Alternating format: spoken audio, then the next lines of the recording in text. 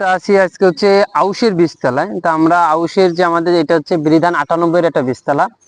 তো আমাদের বৃধান 98 এর বীজতলার এই চারাগুলোর বয়স অলরেডি প্রায় 10 থেকে 12 দিন, অর্থাৎ আর 8 থেকে 10 দিন পরে হচ্ছে আমাদের এই বীজতলা যে চারা আছে এটা কিন্তু মূল জমিতে আমাদের রোপণ হয়। তো আমাদের এই যে বীজতলায় আমরা একটা এখন যদি আমরা একটা ম্যানেজমেন্ট করতে পারি, অর্থাৎ আমাদের বীজতলা থেকে চারা রোপণের পরে কিন্তু 5 থেকে 7 দিন হচ্ছে আমাদের, আমরা বলি যে রিকভারি স্টেজ। তো রিকভারি স্টেজে আমাদের কিন্তু ধানের চারা কিন্তু ভালোভাবে বৃদ্ধি হয় না।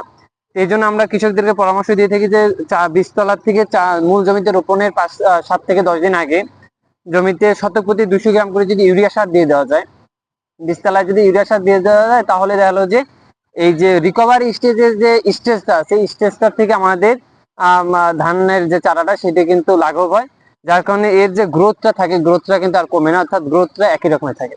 এছাড়া মূল জমিতে যাতে আমাদের ছত্রাকনাশক, গোড়া পচা বা অন্যান্য রোগ যদি যাতে না হয়, সেই জন্য কিন্তু আমরা এই যে এখন একটা স্প্রে অর্থাৎ কার্বেন্ডাজিম গ্রুপের যে ছত্রাকনাশক আছে, যেমন হচ্ছে অটোস্টিন, নইন, এই জাতীয় যে ছত্রাকনাশক আছে, এগুলা কিন্তু আমরা এই অবস্থায় আমরা যদি স্প্রে করে দিই তাহলে কিন্তু মূল জমিতে যে আমাদের হচ্ছে আর এই রোগটা ছড়াবে না। তো আমরা যদি এই ম্যানেজমেন্ট গুলো আমরা করতে পারি, তাহলে দেখা যাবে যে আমাদের মূল জমিতে আমাদের কৃষকদের যে রিকভারি স্টেজ এটা কমে যাবে এবং হচ্ছে আমাদের ফলনটা আরো বৃদ্ধি পাবে। ধন্যবাদ।